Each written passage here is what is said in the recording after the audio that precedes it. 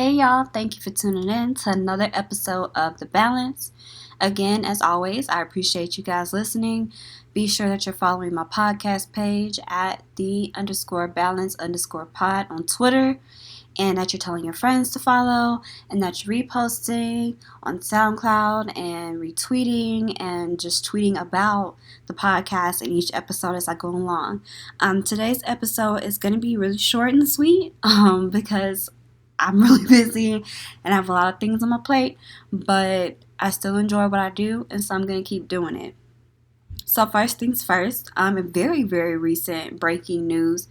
Listen, I'm probably going to say his name wrong because I never listened to his music, and I'm going to need y'all to forgive me when I say this rapper's name's wrong. So, here I go trying to pronounce it. XXXtentacion, whatever. Y'all know what his name is. So he was shot dead in Miami, found a couple of hours ago, and he was shot and robbed. And people are disgustingly posting videos and pictures of his lifeless body on social media. Now, let me start this off by saying I am no fan of the man. I have been very vocal about him on social media, from him being a rapist to him, I believe, abusing a woman, to his latest antic of beating a gay man really badly just because he looked at him. So I'm no fan of the man. But in general, there's no reason that you should be reposting and posting pictures about someone's dead body and moving around and touching a lifeless body. Do have respect for life in general, and that's just a general principle to apply that I would apply to anyone except for Donald Trump and all those other people that co-sign him. But on a general level, have respect for a body and have respect for those that do love him. He is a son, so respect for his mother, all of that. There's no reason to be parading that around on social media, and it's just disgusting. It was very startling for me to see. And I just don't get people like that. I get it, you oh shit, this is some breaking news shit. But are you really trying to clout chase that bad? Because it's not that serious. Don't let this social media shit get you, messed up in the head. There's no reason for you to clout chase. There's no reason for you to post this for retweets or anything. If you want to talk about a situation, what you saw, just tweet with words. There's no need for the image.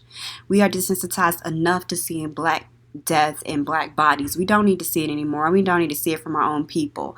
But again, I will say that I'm not a fan of him, so it's not I'm over here super sad. But I'm not going to celebrate his death because I'm only going to celebrate the deaths of George Zimmerman or that person that supposedly ran this country and the people who co-signed him. And I may not celebrate it, but I might do a little jig or something. But point being, he was a trash person, and that quote says, when you do clownery, clownery comes back on you. Do I think that he needed to necessarily be shot and killed and robbed over whatever in a Louis Vuitton bag? No, and it's senseless, and we need to speak on, and we need to disrupt this system of where we sit here and allow this senseless violence to occur over materialistic things. And I know there's dynamics in the hood that makes that mentality occur, but we need to really break that down and work on that, because no, he needs to be in prison for what he did. He didn't necessarily need to die for it. But like I said, I'm not a big fan. So I'm not going to be the rest in peace and the boo-hoos and the tears. And I'm not necessarily brokenhearted. But I will say that he didn't necessarily deserve to die. But I'll just keep most of my opinions on that to myself. But yeah, y'all need to get y'all lives together. To all of you who reposted or see nothing wrong with reposting the body. But anyway, moving on from that, Drake dropped his video for I'm Upset, which I think all of y'all saw, and it had the Degrassi people in it. That didn't do anything for me, and I didn't even watch it because I didn't watch the show, and there's nothing in me, despite what y'all have been tweeting about what the show talked about or just anything, nothing's made me want to watch the show, and I probably didn't even pronounce the name of the show wrong or right, but I don't really care that much. But just wanted to report that because that is celeb news, and that's what's popping. I still would prefer to hear a response to Pusha. Even though it's really late, I would still just like to hear something. I don't want to see a video. Give me music. Give me bars. Give me lyrics. Give me something. Anyway, Target's in trouble for their card for Happy Father's Day. There's one that said like Happy Father's Day or something about baby daddy, and it had a picture of two black people on the cover. Now on the inside there was something about like husband and stuff like that. But of course it triggered issues because and problems and controversy because it's just kind of relaying that stereotype that like we don't have a black familial household in the sense of the husband and the wife, and we're just so broken and fractured, and that's all we got is the baby daddy thing. But like again, on the inside, I did have the husband stuff. I can see the issue with it because it is problematic why you had to choose black people. It was, it was like a microaggression. So I get it and I get the outrage, but they pulled it. But speaking of which, there's a study that came out from the CDC that talks about how black fathers are more involved than any other racial group, and it comes in terms of changing diapers and bathing the kids and feeding them and playing with them and getting them dressed daily. They're more involved than any other racial group, and I saw a breakdown. It was comparing them to whites and Hispanics. So I just want to put that out there and disrupt the stereotype that's out there about black men. Give y'all a shout out because I know it probably feels like I drag y'all a lot, but I'm here to rep y'all when y'all here to rep us. You know what I'm saying? So moving on, a little bit of Mix of Black's excellence. I'll have some more later, but this little bit here. Jay-Z recently announced as the president of Puma Basketball. Major moves, big moves. He's just elevating that net worth, elevating his profile, his status as a businessman, and I respect that.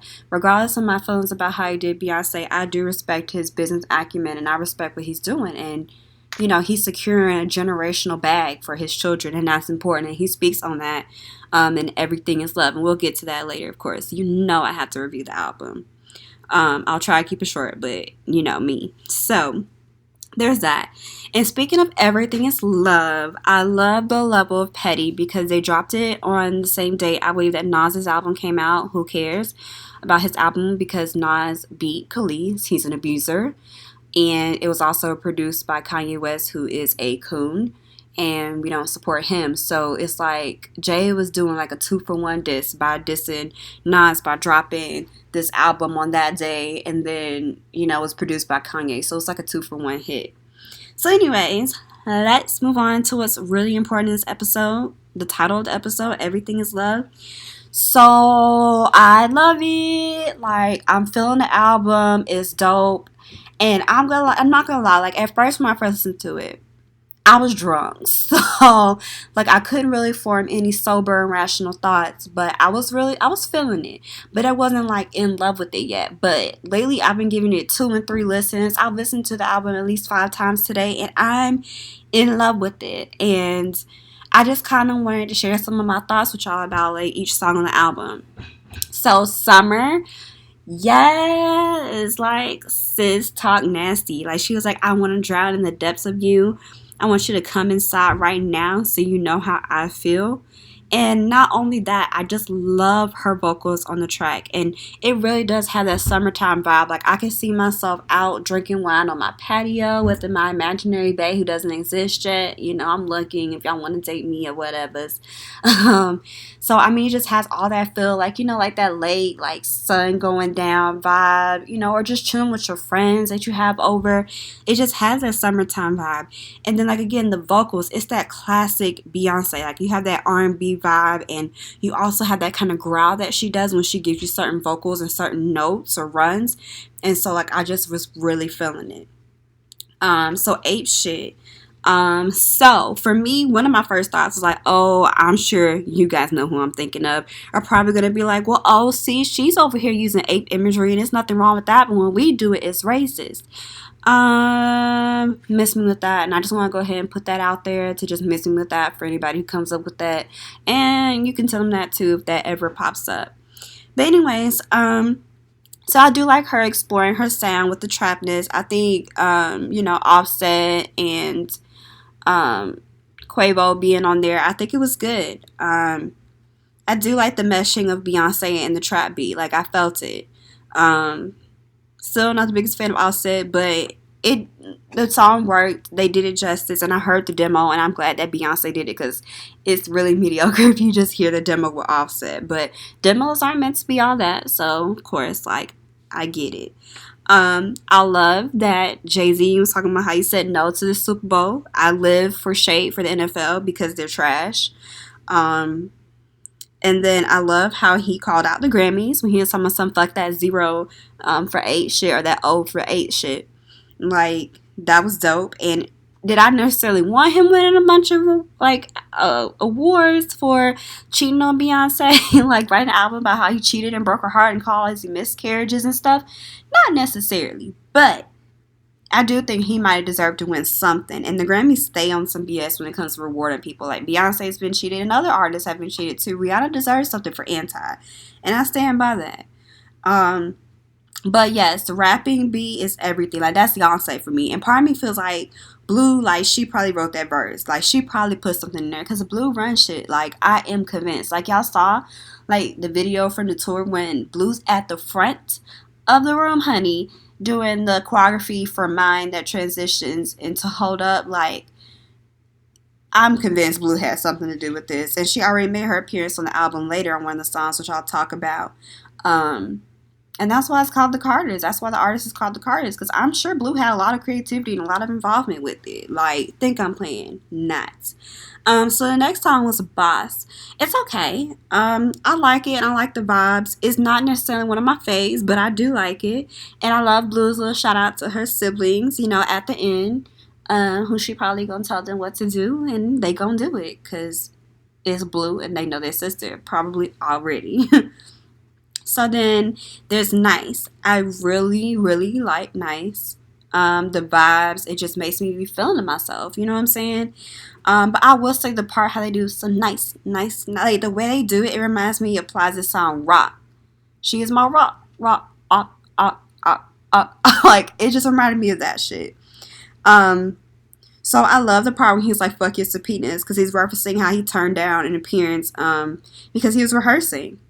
And then the part where he's like, you know, remind me I'm black again, huh? All this talking back, I'm too arrogant, huh? And that's what my mom was saying. Like, they trying to go after him just because, like, he's so, you know, outspoken. And I mean, that's the thing. Like, Jay's right. Like, they are coming at him because he's outspoken, he's black, he's rich, and he's doing stuff for his community. He's putting out content about Khalif Broader, and then he's putting out Trayvon later, which he mentions in one of the other songs. So yeah, and he's not, you know, keep keying and bowing down to whiteness, and he's not over here being a Kanye. So, you know, they're coming for him. I want to say that Beyonce says "fuck you" in perhaps the most elegant way that I've ever heard it be said. Like she says, "fuck you" in like cursive. Like I just felt like a cursive, like a beautiful font. In it, like I just feel like she just said it so beautifully. Like if she told me fuck you and she said it like that, I probably would be like, thank you, I appreciate that, because the way she said it, like it was just everything. And I love the little shout out to Blue when she says never seen a ceiling in my whole life, and Beyonce, that's word to Blue. That honestly was an iconic line. Like who in their first freestyle, like 4 or 5 years old, gives you a line like that? Like who?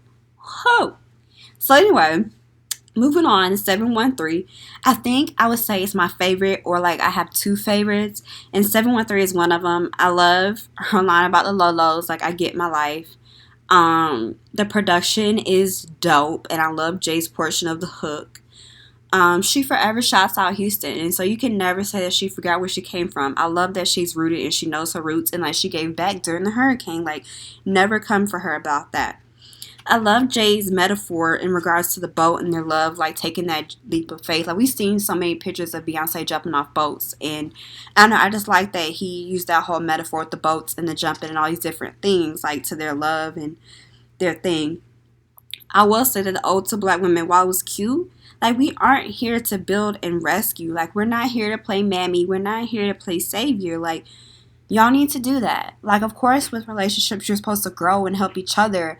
But at the same time, you need to come to someone whole and you need to come to someone healthy on your own, and then we can go from there. That's how we do it. That's how grown people do it. We're not here to take you as an ancient person and to turn you into something great. Like all that energy, it's not going to be reciprocated during that period. So we're pouring into an empty cup, almost with a hole in the bottom, because you never know, you might turn that person great for another woman, or turn that, I'll even say that woman great for another man. So it's like, no, We're not here to mold you. Like, sorry, I got a message, guys. But, like I said, come to us whole and come to us healthy. Anyway, friends is cool. Can't relate. Don't have any friends like that. But yeah, I still love it. Heard About Us. I think that's my least fave on the album. I mean, like, I love all the songs, but I would say Heard About Us is the least favorite. So I'm torn between Black Effect and 713 is my favorite. So I'm just gonna say they're both my favorites. But yeah, I love it. I love that it's so damn black. Just blackness. And I love Beyonce screaming in the back, he good. Like, yes, he good. I'm good. Like, you got it. Like, love it. I love basically Jay-Z's fuck yous to everybody coming at him. And then, like he said, he let him know that, hey, Trayvon's up next. Like, I'm not stopping what I'm doing. Come for me as hard as you can. But I ain't scared of you. And I'm not going to back down. I'm not going to lose who I am. And then Love Happy. I really, really love this song. Not necessarily because of the message, because that got me in trouble when I was drunk. Like, I was about to reach out to somebody that I had no business messing out with, linking back up with. But I love her vocals, and I love the talk on the track about how Jay-Z messed up. He messed up the first ring, and, you know, they had to get remarried. And I love just when she mentioned about, like, how she should have killed him when she, like, met that, you know, that bitch. And about the coming face to face, because that actually happened with me. So the last guy I dealt with, the one I was about to foolishly somehow try to interact with again on Saturday, even though I told him I hate him, which is valid. There's some feelings there, love, but there's also a lot of hate. Thin line between love and hate. Dope movie, dope shit. But I came face to face, so, like, I found out, like, he had got back with his ex-girlfriend behind my back, right? And long story short, my roommate, like, brought the girl over into our apartment. And we had to sit down. We had to be face to face, and we know that we're sleeping with the same man. And then we're first asking stuff like, well, were there condoms used? And then it makes you realize how someone's putting your health at risk. And I think there's other things you're not thinking of. Like, and I mean, nothing's foolproof. Even if you use a condom, it's just not foolproof. So that was just, like, a major thing for me, realizing that, like, this man was putting my health at risk. Not only was he lying to me and gaslighting me and making me think I was crazy and imagining things when I know things weren't right and I could put together things. I'm a very smart individual. You're not going to play me like I know. Like, I'm going to figure it out sooner rather than later. So you're playing and your scheming won't go on for long. But I think, like, I don't think people understand, like, coming face to face, like, that is one of the hardest things. And then to maintain your cool, or relatively maintain your cool, like, I don't know, but I feel like it was such, in a way, an important moment for me. And it just made me realize how much, like, that man did not care about me and how much he couldn't care about me if that's what he was going to do. So anyways, those are my thoughts on Everything Is Love. So my favorites, again, I would say Black Effect and 713. And then after that, I would probably say either Summer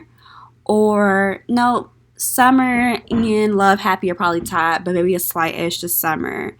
And then I would say Nice, and then Ape Shit, and then Boss. And like I said at the end, like, what's it called? Heard About Us are probably my least fave.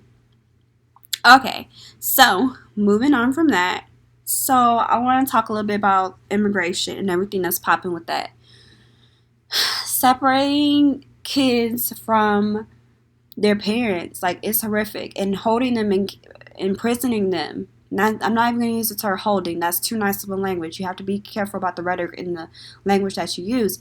Imprisoning children in cages is just horrific. They are not animals. They have done nothing to deserve the treatment of animals, and you're treating them like rabid animals, not even humans. And for a country that cares so much about, like, you know, pro-life, you're not acting like it. It's that hypocrisy. But there's, like, the Republican Party is built off of hypocrisy. Like, that's all they know how to do. And it made me think about the episode of Claws, and I want to talk about Claws. It's a really great show. It stars Niecy Nash and Karrueche can actually act, and she's showing y'all that she's more than Chris Brown's ex. And so there was a scene on there where Karrueche's character went to get an abortion, and they were talking about, like, Dean who's played by, gosh, I can't remember his character in The Best Man, but he was like the dark skinned one. He plays Dean, Desna, aka Niecy Nash's autistic brother, and he's like, y'all are so pro-life, but y'all don't care about it when it's outside of the uterus. Like, he was like, we were on food stamps. Where were you then? And what about like all the stuff going on now? Like even with the kids, like y'all don't care about them now. Like y'all don't care. Y'all only are so pro-life when they're in Europe. When they're out, you don't give a damn about them. You're not trying to help them and assist them and help pave the way for them to have a long, healthy, and successful life. Like you don't care. But it's just horrific, and it just makes me think back to how black people were in cages. And it's just, if you don't, like, I don't know if the quote is, I'm just going to paraphrase it. If you don't learn from history, it's going to repeat itself.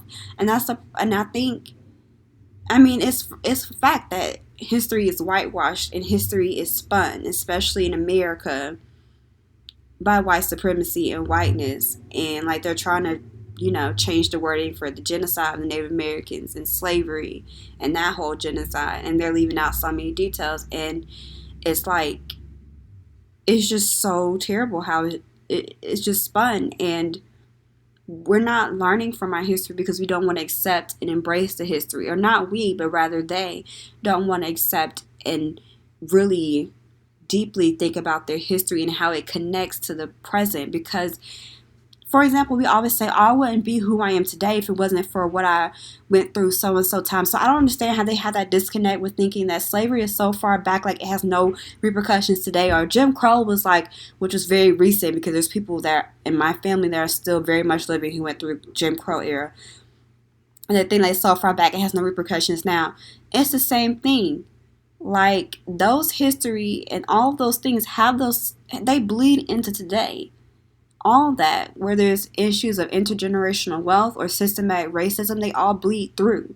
And so you have to look at it from that perspective, and they need to really, and you have to be open, and they have to really truly delve and listen and learn the history, and then make sure that you don't repeat it and learn from it. Like, anyway, like my prayers are with these children. Nobody deserves to be separated from their parent. Like, think about how your little white Susie, if she's like gone from you in the store, how you feel. Like if she walks away or turns away for a minute and she's gone, and for a second and she's gone, and you're petrified. And imagine like a child like being out there with just no one they recognize, and then being held in cages. Like it is just horrific and it's disgusting. And that the fact I saw a poll that a lot of Republicans support it just makes me like, you guys have no morals. Like you claim that you do not. You are really sick people. And I'm tired of trying to play the diplomat, and people try to say like, oh, you can't cut people off or make generalizations about Republicans. But no, like I literally at this point, when it's gotten this bad and with this man in charge and his policies, I can't. So yeah, I'm gonna calm down. So moving on, there is London Breed. She is a San Francisco mayor. She's a woman, African-American woman. And at first I was celebrating it until I read that she has some very conservative policies that affect black people. I believe she's in favor of more police force and more police. So that's a problem. And again, it just reminded me that all skin folk ain't kinfolk. Moving on, IHOP. They're using the B's in their words. Like gang language, how like, the Bloods won't say anything with the C. Like, how Cardi will say, oh, that's boot. Like, she won't say it's cute. Like, that's boot. Or whatever. And so they're co-opting that language when in mainstream society it's being shunned. And of course gangs and gang violence should be shunned, but it's just another instance of appropriation. And just like Polo has his shirt design that's just like the Bloods flag. Like again, that's that appropriation. And that's what we talk about. California splitting into 3 states, horrific idea. And it's done for the sole purpose of messing with the Electoral College, which is in itself problematic and needs to be dismantled, but it's messing with the electoral votes because, of course, California is always expected to go Democrat. And so it's messing with that. And they want to disrupt that. And let me say that I don't think the Democratic Party is perfect. And there's issues, and they're problematic to us as black people as well. But I will say that this will be horrific. And I just want people to understand the danger of it because it was separated to where it gives more of a chance for Republicans. And as we can see, especially in this day and age and what's going on right now. That's the most dangerous thing you could do. So if you know anybody in California, like, you really need to talk to them about how the underlying purpose of this and how dangerous it is for years and centuries and decades to come if this is allowed to pass. If we even have centuries, they'll fuck this earth up or whatever before we can maybe even get to another century. But yeah. So that Parkland security guard, you know, the one like who didn't help the students during the shooting, I also found out that he was suspended for sexually harassing those underage girls at the school. So he's just trash all the way around. And I mean, all those innocent kids died, and he's here. So for my last bit of today's episode, I told you guys I was going to keep it on the shorter side. Black Excellence, Athens, Georgia. A woman was swearing in for commissioner's seat, and she had her afro all big and proud, and I loved it. She had her black power fist up, and she had her other hand laying on the Malcolm X while she was being the autobiography of Malcolm X while she was being sworn in.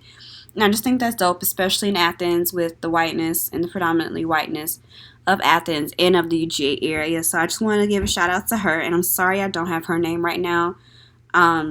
Let me see if I can Google it, guys, because I do want to give her props, and it's important to make sure that you do include these people's names. Let's see what her name was.